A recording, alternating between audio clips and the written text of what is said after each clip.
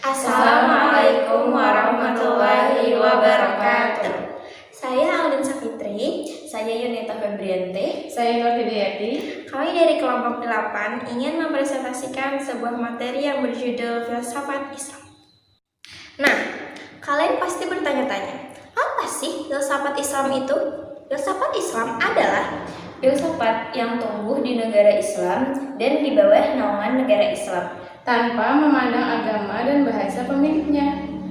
Kalian pasti nanya lagi, siapa-siapa aja sih tokoh pemikir filsafat Islam ini? Sebenarnya ada banyak, seperti Al-Hindi, Al-Farabi, Ibnu Sina, Al-Ghazali, Ibnu Rushdi, dan banyak lagi yang lainnya. Cuman kami di sini hanya menyampaikan 3 tokoh. Yang pertama yang kami sampaikan itu Al-Ghazali, yang kedua itu Ibnu Rushdi, dan ketiga itu Ibnu Sina. Nah, pembahasan pertama yang kami sampaikan adalah mengenai filsafat Al-Ghazali yang akan disampaikan oleh teman saya, Yunita Febriante. Yang pertama, Al-Ghazali. Nama asli beliau adalah Abu Hamid Muhammad Ibnu Muhammad Al-Ghazali At-Tusi. Ia adalah orang Persia asli yang dilahirkan pada tahun 450 Hijriah atau 1508 Masehi di Tus atau sekarang dekat Mashhad, sebuah kota kecil di Khurasan atau yang sekarang Iran. Klasifikasi filsafat yang dikemukakan oleh Imam Al-Ghazali yaitu pertama, filsafat metafisika, yang kedua, filsafat tentang wujud dan sifat Allah, yang ketiga, filsafat iradah Allah. Pertama, filsafat metafisika. Berbicara tentang metafisika tidak lepas dengan masalah ketuhanan atau ilahiyat. Madkon menyebutkan bahwa dalam masalah ketuhanan, Al-Ghazali banyak mengikuti dan membentengi aliran Asy'ariyah. Al-Ghazali mencoba menselaraskan akal dan nakli. Ia berpendapat bahwa akal harus dipergunakan sebagai penopang, karena ia bisa mengetahui dirinya sendiri dan bisa mempersepsi benda lain. Namun, Al-Ghazali menghentikan akal pada batas-batas tertentu, dan hanya naklilah yang bisa melewati batas-batas ini. Meskipun demikian, menurut Ali, argumen-argumentasi yang telah dibangun Al-Asy'ari mengenai konsep ketuhanan atau ilahiyat lebih mendekati pada argumentasi yang bersifat filosofi daripada argumentasi agamis.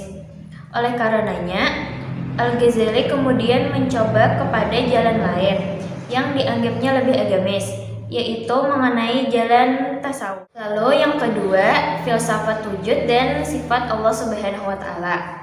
Tentang wujud Allah, Al-Ghazali tidak jauh berbeda dengan pendapat para filosof lainnya, semisal Al-Kindi, Al-Farabi, dan Ibnu Sina, bahwa Tuhan merupakan prima causa atau penyebab utama. Menurut mereka, Allah Esa tak terbilang, sama sekali tidak menyamai makhluk-makhluk lainnya, kekal dan tidak akan fana. Menurut Al-Farabi, Allah adalah pencipta yang maha kuasa dan maha bijak. Allah adalah zat yang harus ada karena dirinya sendiri, dan sebab pertama dalam segala entitas. Wujudnya merupakan wujud yang paling sempurna, maha suci dari segala kuasa seperti materi, bentuk, aksi, dan efisiensi. Allah dengan substansinya merupakan akal aktual. Lalu tentang sifat Allah Subhanahu wa Ta'ala, Al-Ghazali menjelaskan Allah adalah satu-satunya sebab bagi alam. Allah menciptakan alam dengan kehendak dan kekuasaannya, karena kehendak Allah adalah sebab bagi segala yang ada, sedang ilmunya meliputi segala sesuatu. Lebih lanjut, Al-Ghazali menetapkan adanya zat yang diistilahkan dengan sifat salbiyah, yakni sifat yang menafikan sesuatu yang tidak sesuai dengan kesempurnaan zat Allah. Sifat salbi ini ada 5. Yang pertama, qidam, baqa, mukhalafatul hawadis, qiyamuhu binafsihi, dan wahdaniyah. Dengan adanya sifat-sifat ini pada zat Allah, maka menjadi tiada kesempurnaan makhluk dan hanya Allah lah yang maha sempurna. Yang terakhir, filsafat iradah Allah Subhanahu wa taala. Iradah atau kehendak Allah dan hubungannya dengan hukum kausalitas alam merupakan sesuatu yang diciptakan. Al-Ghazali mengungkapkan bahwa alam atau dunia itu berasal dari iradah atau kehendak Allah semata, tidak bisa terjadi dengan sendirinya, sebagaimana yang diyakini oleh filosof Islam sebelumnya. Iradah Tuhan itulah yang diartikan penciptaan. Dan Al-Ghazali mempunyai karya-karya dalam bidang filsafat, yaitu 1. Al-Maqasidul Falsifah, 2. Al-Munqiz min ad-Dalal, 3. Tafahud al-Falsifah, 4. Ihya Ulumuddin. Pembahasan kedua tentang filsafat Ibnu Rusdi yang akan disampaikan oleh teman saya, Nar Hidayat.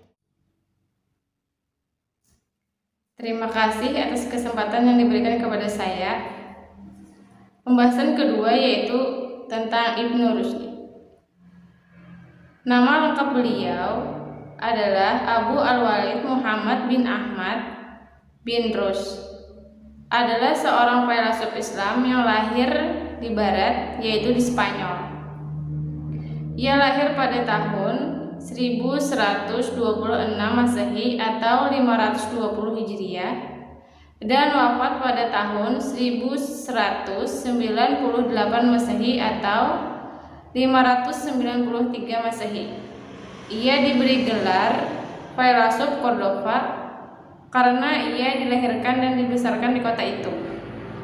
Kemasyhuran dalam filsafat Barat, ia tidak ada tandingannya. Dia adalah seorang dokter dan seorang filsuf Barat. Buku kedokterannya adalah bernama Koligat. Ibnu Rusdi lebih dikenal orang sebagai komentator Aristoteles. Ibnu Rusdi sampai hayatnya tetap mempertahankan akal sebagai sendi kemajuan berpikir.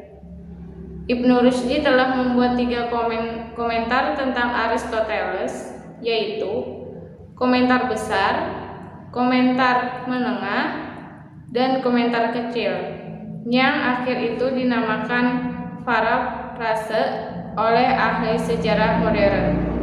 Parafrase dinamakan dalam bahasa Arab talkhis atau resume, yang menyatakan buah pikir Ibnu Rusdi yang sebenarnya. Dalam talkhis, Ibnu Rusdi membicarakan berbagai pendapat tentang filsafat Islam seperti Al-Farabi dan Ibnu Sina. Diterangkannya pula interpretasi seorang filsuf Yunani yang masyhur, yaitu Alexander Ambrosius dan Themistius. Dan Ibnu Rusdi juga secara tidak langsung telah mempengaruhi filsafat Latin pada abad ke-13 dan ke-14.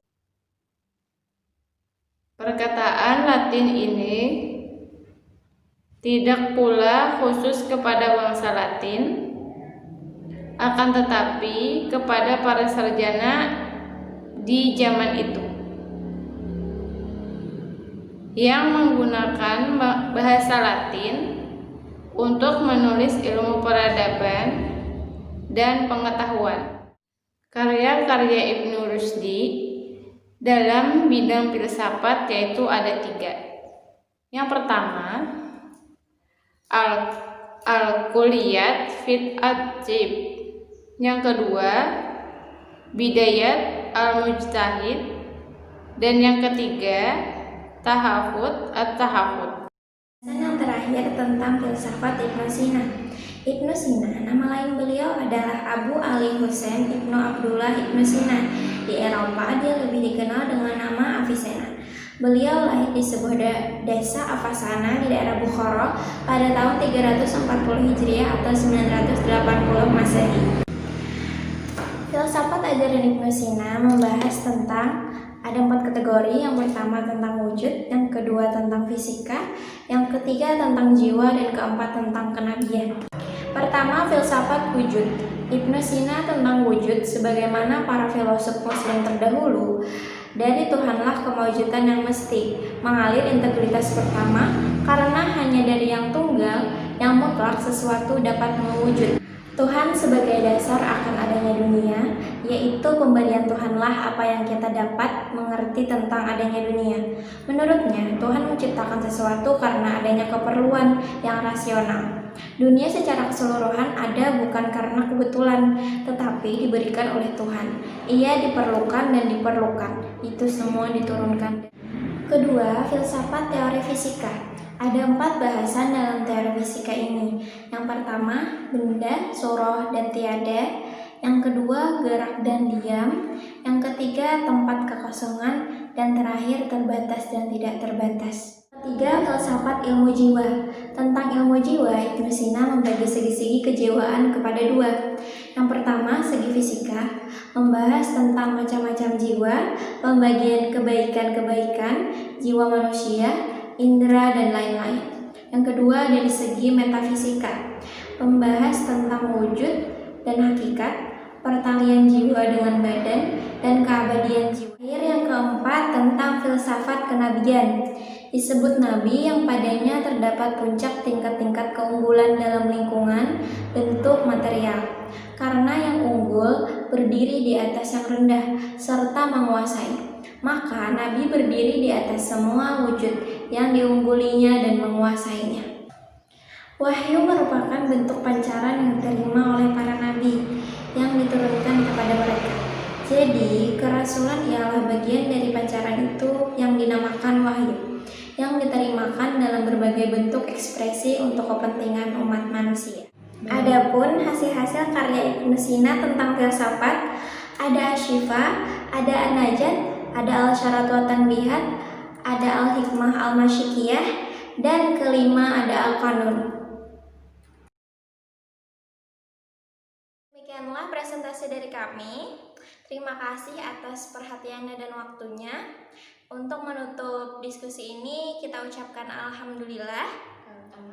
Salah mohon maaf. Wassalamualaikum warahmatullahi wabarakatuh.